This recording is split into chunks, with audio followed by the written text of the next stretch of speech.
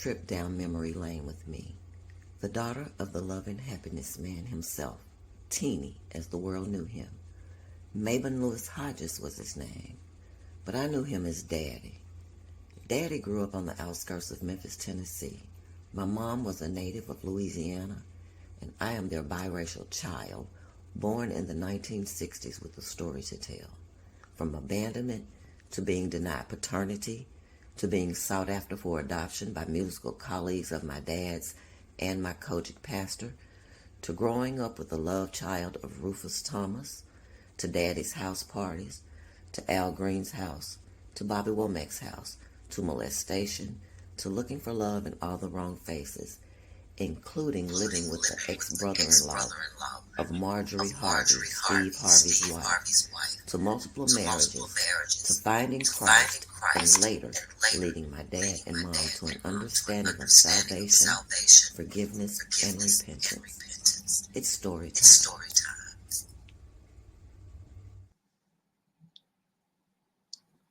Hello, everyone. Thanks again for taking this trip with me down memory lane. I am Tabitha, the daughter of the love and happiness man himself, Mabon Teenie Hodges, co-writer and lead guitar player of said song. It's story time.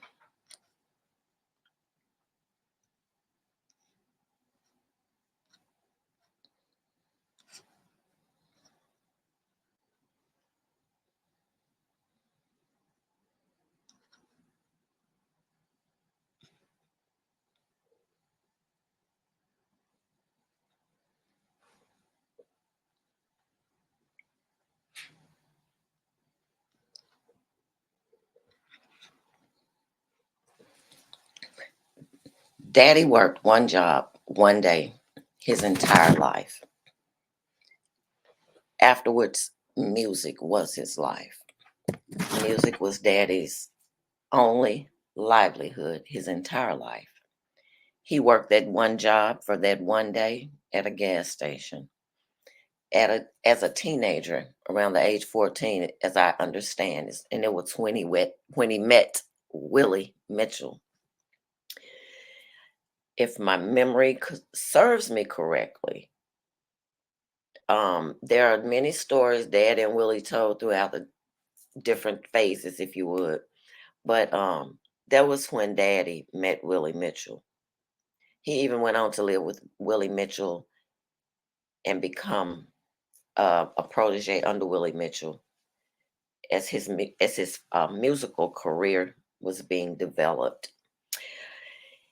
However, Daddy's music abilities and talents came from his father, Leroy Hodges Sr., who was a keyboard player. Pictured here with Daddy. He also had a band called the Germantown Blue Dots out in Germantown, Tennessee, where Dad grew up. Dad was part of the band, self-taught as far as music. He never read music. This is a photo of the band, part of it, or at the time at least. And the Dad is on the right with the guitar, and opposite him on the other side on the left is Earl Banks. They call him Earl the Pearl. He has a guitar also there. Daddy always credited Earl the Pearl with having taught him how to play the guitar. And of course, Dad's dad is beside Daddy, but there beside Earl is a cousin named Audie D. And I have a story about Audie D. Alongside that, if you would. When I was 14 years old, I went to Jack the Rapper music convention with my dad, my Uncle Don, and Audie D. It was in Atlanta, excuse me. It was in Atlanta, Georgia. Well, by the end of the convention and all the music and all the fun and all the partying, and when we came home, when we made it halfway in, I think Daddy was driving actually, and I was in the front seat with him.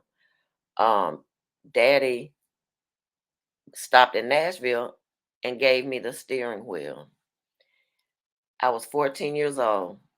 I was told by the men to drive west on Interstate 40, and it would take me straight into Memphis and home, as I did. And I just drove and drove. I was driving through the mountains, everything. 14 years old with three grown men sleep in a car. I was driving a really big Cadillac that my Uncle Don owned, a really nice Cadillac nonetheless. But that is what happened during that time. But anyway, Dad, as I said, he never learned to really read music, sheet music, if you would. He or his brothers, they had a way of understanding music and writing their own music, but they played by ear. Dad had other brothers. Of course, most people know about Leroy and Charles having been part of the recording band and performing band and all throughout the years. But his youngest brother, who passed away before he was 20 years old from leukemia, he played keyboards. My Uncle Fred, who was next to the baby, or is next to the baby, he played keyboard or piano and everything as well. But anyway, Daddy's destiny was music. Daddy chose to make music his job, and it was his joy. I cannot tell you how many times I can recall Daddy just being around the house, playing his guitar, making new music, creating new music, playing old music, but just really, really, really there with him and his guitar. It was just the love of his life. It was the light of his life. He it was just his joy is all I can say. I never knew him to do manual labor. Um, maybe going in the kitchen, frying a spam sandwich every now and then, or and then really when I was young, I can recall Daddy cutting the yard. But that ended like when I was probably still in my teens. So, but Dad was just never, ever, ever, ever a manual laborer. And growing up as a studio kid, I never realized he was at work playing his music because it gave him so much joy and so many things like that. So it was um it was just his way of life, his way of being until his very last days. I mean, that was just it. And speaking of which, his very last days, he ended up playing at the South by Southwest Festival in Austin, Texas in 2014, March of 2014. And after that, like really immediately after that in Dallas, he was hospitalized and he never got out of the hospital before going into the heavenlies. And today marks 10 years that Dad went to be into the heavens. 10 years ago today, June 22nd, 2024. And he went to be with the Lord on his mother's birthday, pictured here, my grandmother, pictured with my grandfather. My grandma Rosalie Hodges, um she was already in heaven and Dad joined her on her birthday in 2014. So today makes 10 years that happened. And today's show is in honor and in loving memory of my dad. And Father, Father, Father, love you, love you, love you. See you when I get there. Just again, today's show is in honor of Dad.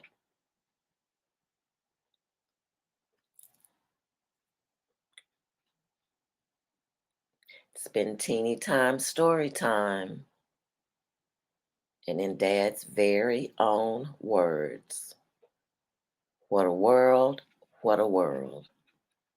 Toodles.